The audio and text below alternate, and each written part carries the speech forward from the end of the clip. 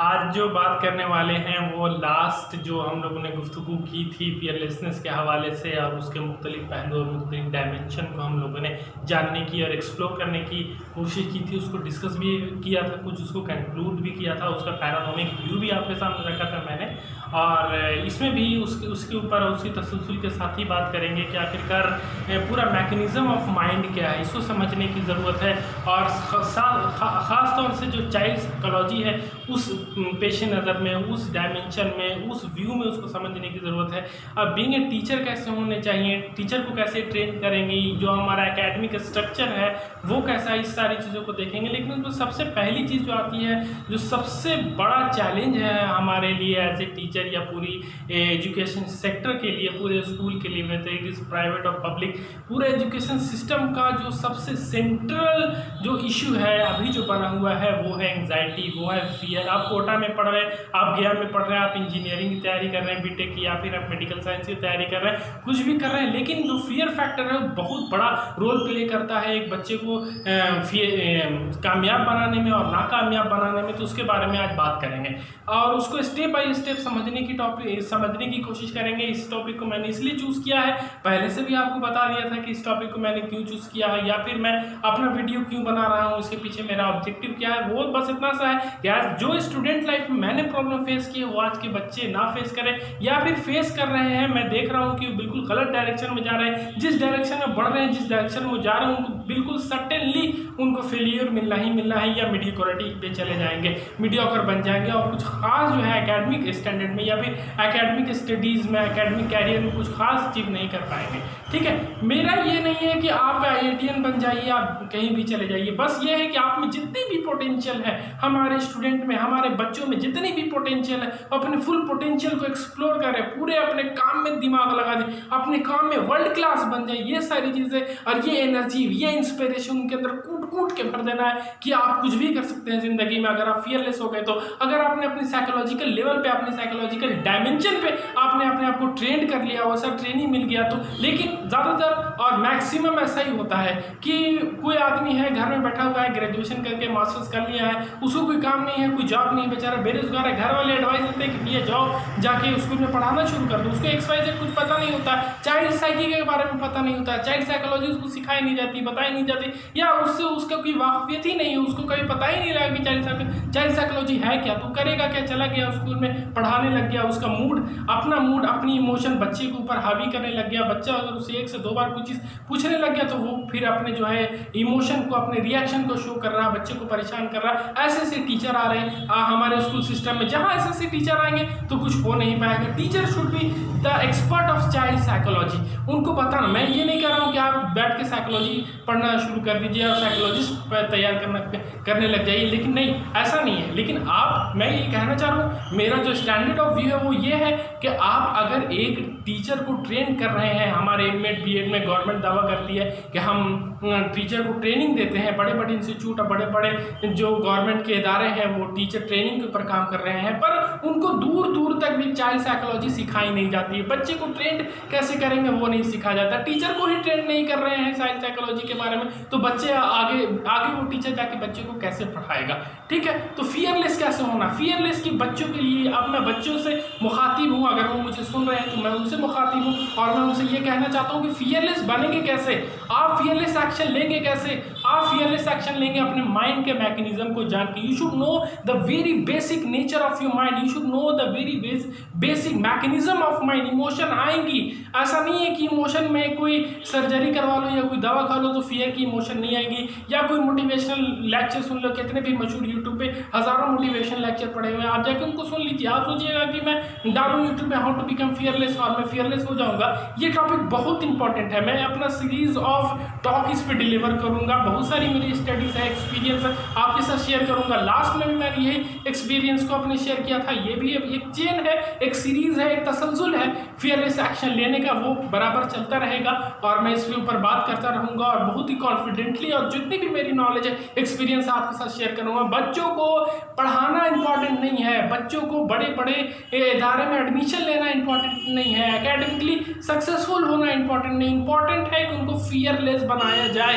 अगर एक बच्चा पढ़ाई में एकेडमिक में फेल भी हो जाता है, लेकिन अगर वो मेंटल लेवल पे फियर है तो कुछ भी कर सकता है। तो फियरलेस कैसे होंगे, अपने बच्चों को बताएंगे कैसे कि फियरलेस एक्शन लिया कैसे जाता है, वो इस तरीके से बताएंगे। कैसे बताएंगे, बेटा अच्छा तुमको क्या हो रहा है, सच बोल दो अपने आप से। फर्स्ट स्टेप सच बोल दो कि हाँ मैं मुझसे ये प्रॉब्लम, ये क्वेश्चन, ये एक्सरसाइज, ये टॉपिक मुझे समझ में नहीं आ रहा है, ये सच बोलो। दूसरा सच बोलो कि डर लग रहा है। अपने आप में एक गुत्थी हो जाती है माइंड में, जैसे एक धागा फंस जाता था। हम लोग बचपन में गुड्डी उड़ाते थे तो उसका धागा फंस जाता था आपस में, बहुत वो रश होता था, शार्प होता था, वो आपस में फंस जाता था, उसको सुलझाते थे तो हाथ भी करते थे। तो अब वो से माइंड हो गया हमारे बच्चों का, बिल्कुल फंसा पड़ा है, उसको कुछ सुलझाने वाला भी नहीं, उसका कोई टीचर मिल नहीं रहा उसको। तो हमको बताना है बच्चे फियरलेस क्या है, अपने आप से सच बोल दो। स्टेप 1, अब मैं प्रैक्टिकल टीचिंग देने लग गया हूँ। जो मैंने पैरानॉमिक व्यू दिया अपने सिस्टम का वो बिल्कुल ज़रूरी था, आप लोग को पहले वाजे कराना है तो वो उस बारे में मैंने बात कर ली। लेकिन इस बार में भी मैं अब प्रैक्टिकल टीचिंग देने लग गया हूँ। अब मेरा मुखातिब जो है मेरे, वो हमारे बच्चे हैं। तो बच्चों को मैं ये कहना चाहूँगा कि करना क्या है बेटा, आपको देखना है, अपने माइंड को समझना है। आप एक लेवल पर जाके इंशाल्लाह मैं आप लोगों के साथ वीडियो शेयर करता रहूँगा। इंशाल्लाह कुछ दिनों में आप इस तरीके से फियरलेस हो जाएंगे, इतना फियरलेस हो जाएंगे, इतना फियरलेस एक्शन। मेरे अंदर एक्साइटमेंट बहुत ज़्यादा है बच्चों को इंस्पायर करने के लिए और बच्चों को मोटिवेट करने के लिए। तो आप जब फियरलेस हो जाएंगे अपने माइंड को समझने के बाद, तो आप हंसेंगे अपने पहले वाले मूड के ऊपर, अपने पहले नेचर के ऊपर, अपना पहला जो आपका सेकंड नेचर बन गया था बचपन से, ये कही जा रही है बातें। बहुत कुछ है बताने के लिए, बहुत कुछ है बोलने के लिए, मैं बिल्कुल शेयर करता रहूँगा। लेकिन फाइनली अब अपना जो मैं प्रैक्टिकल टीचिंग देने वाला हूँ बच्चों को, वो है मैं आगे भी लेक्चर इसके ऊपर आगे भी डिलीवर करूँगा। लेकिन आज के लिए जो प्रैक्टिकल टीचिंग है आज की, वो ये है, जो प्रैक्टिकल टेक्निक है फियरलेस बनने की, जो मैंने जो अब तक समझा वो ये है कि सबसे पहले अपने आप को सच बोल दो कि मुझे समझ में नहीं आ रहा है। बोल दो कि हाँ भाई मुझे डर लग रहा है, ठीक है, मेरे एक अंदर एक प्रोसेस ऑफ फोबिया क्रिएट हो रहा है, मैं बिल्कुल गलत रास्ते पे जा रहा हूँ। बोल दो अपने आप को। बोलोगे तो चीज़ सामने आ जाएगी। बोलोगे तो सबसे पहले क्या होगा, डायग्नोज हो जाएगा। डॉक्टर क्या करता है, पहले अपने आप को बोल देता है कि मेरा जो पेशेंट आया है इसमें ये बीमारी है। खुद से अगर डॉक्टर खुद से छुपाने लग गया कि पेशेंट को क्या बीमारी है, या फिर खुद से बोलने नहीं लगे, तो उसके डायग्नोज क्या करेगा, उसके ट्रीटमेंट क्या करेगा। तो खुद से खुद का ट्रीटमेंट करना है। कोई ऐसा टीचर नहीं आएगा बेटा आपके स्कूल में कि आपको इस तरीके से जो मैं बता रहा हूँ इस तरीके से इंस्पायर करे। वो आपको सिंपल आपकी पेडागॉजी, आपकी बुक, आपके चैप्टर, इसी को ऊपर भी डीपली नहीं, सिर्फ ऊपर बताएगा, पढ़ाएगा और चला जाएगा, और आप उसमें उलझ के रख जाओ। तो पहली प्रैक्टिकल टीचिंग क्या है, अपने आप से सच बोल दो कि मुझे नहीं आ रहा है। फिर बोलो कि स्टेप 2, फिर बोलना है कि ज्यादा से ज्यादा क्या होगा, एक बार में समझ नहीं आएगा, उससे मोर देन मैक्सिमम का फॉर्मूला उसकी जो टीचिंग को फॉलो करो। मोर देन मैक्सिमम, ये बड़ी याद रखना, मोर देन मैक्सिमम। अपने माइंड को मैसेज दे दो कि मोर देन मैक्सिमम क्या होगा। बोरिंग वाली इमोशन आएगी, गंदी इमोशन आएगी, फोबिया वाली इमोशन आएगी, तरह तरह की इमोशन है हमारे माइंड के अंदर, जो भी है वो सारी इमोशन आ जाएंगी। लेकिन मोर देन मैक्सिमम क्या होगा, मुझे समझ में नहीं आएगा। ठीक है, एक चीज़ समझ में नहीं आई, दोबारा कोशिश करेंगे नहीं आएगा, 30 बार कोशिश करेंगे नहीं आएगा, 10 बार कोशिश करेंगे नहीं आएगा, लेकिन एक ना एक दिन आ जाएगा। अगर हम अपनी इमोशन को कंट्रोल करके अपने माइंड को इस तरीके का मैसेज दे दे के बनाने लगे, सॉल्व करने लगे प्रॉब्लम, तो उसी प्रॉब्लम में हमको मज़ा आने लग जाएगा। देखो बड़े लोग जो होते हैं, जो सक्सेसफुल लोग होते हैं, उनका माइंड कैसे काम करता है। मैं मिलिंडा गेट्स के बारे में, बिल गेट्स की वाइफ है, उनके बारे में काम पढ़ रहा था, तो उन्होंने बताया कि क्या चीज़ उनको मोटिवेट करती है, क्या चीज़ उनको इस लेवल पर लेके आ गई। उन्होंने बोला कि बचपन से मेरी एक आदत है कि मैं आसान चीज़ में दिमाग नहीं लगाती हूँ, आसान चीज़ में दिमाग लगाना ही नहीं पड़ता। मैं टफेस्ट चैलेंज अपने आप के सामने लाती हूँ कि टफेस्ट चीज़ क्या है सॉल्व करना, टफेस्ट इक्वेशन क्या है। आप अगर उनसे मैं कोरिलेट करके आपको ये बताऊं तो आपको ये समझ लेना है कि टफेस्ट चीज़ क्या है, सबसे टफेस्ट प्रॉब्लम इस चैप्टर की क्या है, इस एक्सरसाइज का सबसे टफेस्ट इक्वेशन कौन सा है, उसको सामने लाओ, उसको सॉल्व करने की कोशिश करो, पूरा दिमाग, पूरी एनर्जी लगा दो। मिलिंडा गेट्स ने क्या कहा, मिलिंडा गेट्स ने कहा कि जो सबसे टफेस्ट चीज़ मुझे लगती है, मैं वो काम करने में मुझे मज़ा आता है, जिससे मेरी पूरी एनर्जी लगती है। 10 बार करने के बाद भी, 10 घंटे बैठ के सॉल्व करने के बाद भी उसका हल नहीं निकलता है,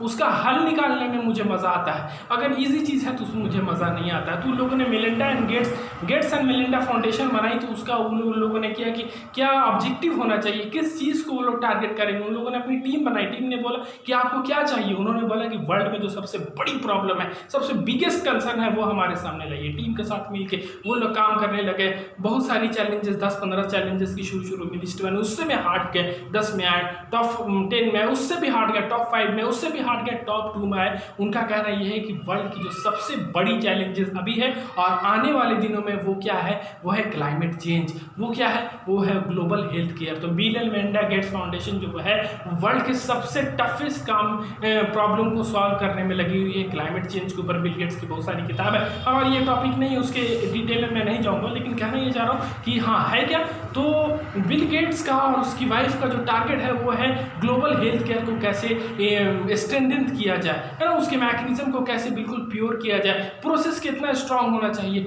हमारी मेडिकल फैसिलिटीज़ कितनी प्योर होनी चाहिए, ये सारे पे काम कर रहे हो। क्लाइमेट चेंज, ग्लोबल वार्मिंग के ऊपर लोग जान लगा रहे हैं। तो वो लोग अपनी सबसे टफेस्ट चीज़ को एक्सेप्ट करके, सबसे टफेस्ट चैलेंजेस को एक्सेप्ट करके खुश होते हैं। तो हम अपने सबसे टफेस्ट चैलेंजेस को फेस करके क्या होते हैं, तंग होते हैं, परेशान होते हैं। तो उनका माइंड कैसे, उन लोगों को देखो, हम लोग को बताया जाता है बिल गेट्स दुनिया का सबसे अमीर आदमी है, ये है वो, उसकी फैसिलिटीज, उसकी लग्जरीज बताई जाती है, लेकिन हमको ये बताने वाला कोई नहीं कि बिल गेट्स क्या चीज़ बना रही है, इसके ऊपर स्टडी क्या करो। कोई अगर तुम्हारे मोहल्ले में सक्सेसफुल है, तुम्हारे रिलेटिव, मैं बिल गेट्स की बात नहीं कर रहा, सबकी जो भी सक्सेसफुल है, तुम्हारे रिलेटिव में जो सक्सेसफुल है, उनको देखो कि वो सक्सेसफुल क्यों है ना, उनके पीछे वजह क्या है, उनको स्टडी करना शुरू कर दो और तुम उसी नक्शे कदम पर चल के तुम भी सक्सेसफुल हो सकते हो। तो वो लोग क्या कर रहा है, सबसे टफेस्ट चैलेंज को फेस कर रहा है, सबसे टफेस्ट चैलेंज को एक्सेप्ट कर रहा है, अपनी पूरी एनर्जी लगा दे रहा है उस चैलेंजेस को सॉल्व करने में। तो अब क्या करो, एक चैप्टर उठाओ, उसका मान लो तुमने एक चैप्टर ट्री को उठा लिया, सबसे टफेस्ट जो इक्वेशन है उसको उठाओ, उसमें दिमाग लगाओ, 1 घंटा लगाओ, 2 घंटा लगाओ, तोड़ के लगाओ। अगर नहीं, बहुत सारे बच्चे हैं कि 1 गो में 15 घंटा या 10 घंटा या 5 घंटा नहीं पढ़ सकते हैं, तो 1 गो में 15 मिनट पढ़ो, आधा घंटा पढ़ो, जितना मैंने 1 गो में पढ़ो, फिर तोड़ दो, फिर कुछ करो। पबजी में मजा क्यों आता है 15 घंटा पढ़ने में, क्यों? क्योंकि पबजी को इस तरीके से या कोई भी गेम को इस तरीके से चाइल्ड साइकोलॉजी या फिर एडल्ट साइकोलॉजी या जो उनका जो टारगेट कंज्यूमर है, उनका जो टारगेट मार्केट है, उसको देख के उन्होंने वो प्रोडक्ट को बनाया है कि इनके लिए है, इनको मैं टारगेट कर रहा हूँ। तो उनकी चाइल्ड साइकोलॉजी, उनका ह्यूमन बिहेवियर, वो लोग माहिरीन होते हैं मार्केटिंग वाले ह्यूमन बिहेवियर पर भी। न्यूरो मार्केटिंग चीज़ आ गई है, नहीं तो मैं उसके इसमें तफसील में नहीं जाना चाह रहा। आप लोग को क्या बनना, जो सबसे टफेस्ट चीज़ है उसको उठाओ। आज का मैं अगर समअप करना चाहूँ, बहुत सारी बातें ऐसे अब मेरे मन में थी आपसे डिस्कस करने की, बहुत सारी हैं, इंशाल्लाह आगे भी करता रहूँगा मैं आपसे। तो कंक्लूजन क्या है आज की गुफ्तगू का, स्टेप 1 बच्चों के लिए ये स्टेप 1, अपने माइंड को मैसेज दे दो, सच बोल दो यहाँ डर लग रहा है, उसके बाद बोलो ज़्यादा से ज़्यादा क्या होगा, समझ में नहीं आएगा, सॉल्व नहीं होगा, 1 बार में नहीं होगा, 2 बार में नहीं होगा, 10 बार में तो होगा, 15 बार में तो होगा। अगर ऐसे करके आपने, मैं पूरी बुक की बात नहीं कर रहा, 5-10 सोल्यूशन, प्रॉब्लम का भी सोल्यूशन आपने इस तरीके से अगर निकाल लिया ना बेटा, तो आपका माइंड बहुत स्ट्रांग हो जाएगा।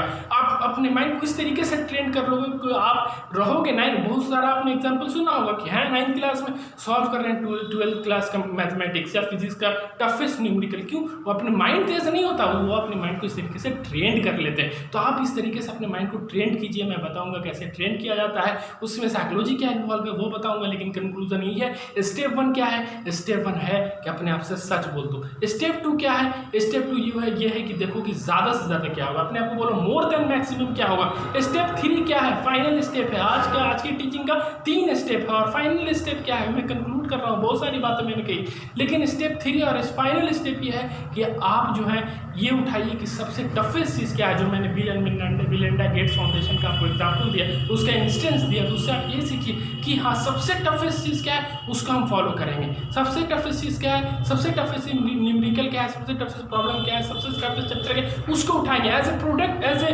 प्रोजेक्ट लो उसको, अब एज ए चैलेंज एक्सेप्ट करो कि टफेस्ट काम हमको करने में मजा आने लग जाए, वो एडवेंचर में कन्वर्ट हो जाए। 1 बार गिरेंगे, 2 बार गिरेंगे, 10 बार तो आएगा, 15 बार में तो आएगा। अगर आपने एक चैप्टर भी, मैंने पूरी बुक की बात नहीं कर रहा, अब बुक एक चैप्टर में 30-35 चीज़ होती है, तो 30-35 प्रॉब्लम की बात मैं नहीं कर रहा। अगर आपने 2-4 प्रॉब्लम भी इस तरीके से सॉल्व कर ली, तो आपका माइंड बिल्कुल ट्रेंड हो जाएगा, बिल्कुल आपके माइंड का नज़रिया बदल जाएगा, आपको मज़ा आने लगेगा पढ़ाई करने में। बहुत सारी चीज़ें हैं, मैं इस वीडियो को 3 प्रैक्टिकल टीचिंग देने के बाद क्लोज कर रहा हूँ। नेक्स्ट वीडियो में और डिटेल में बात करेंगे। इस बार के लिए इतना ही।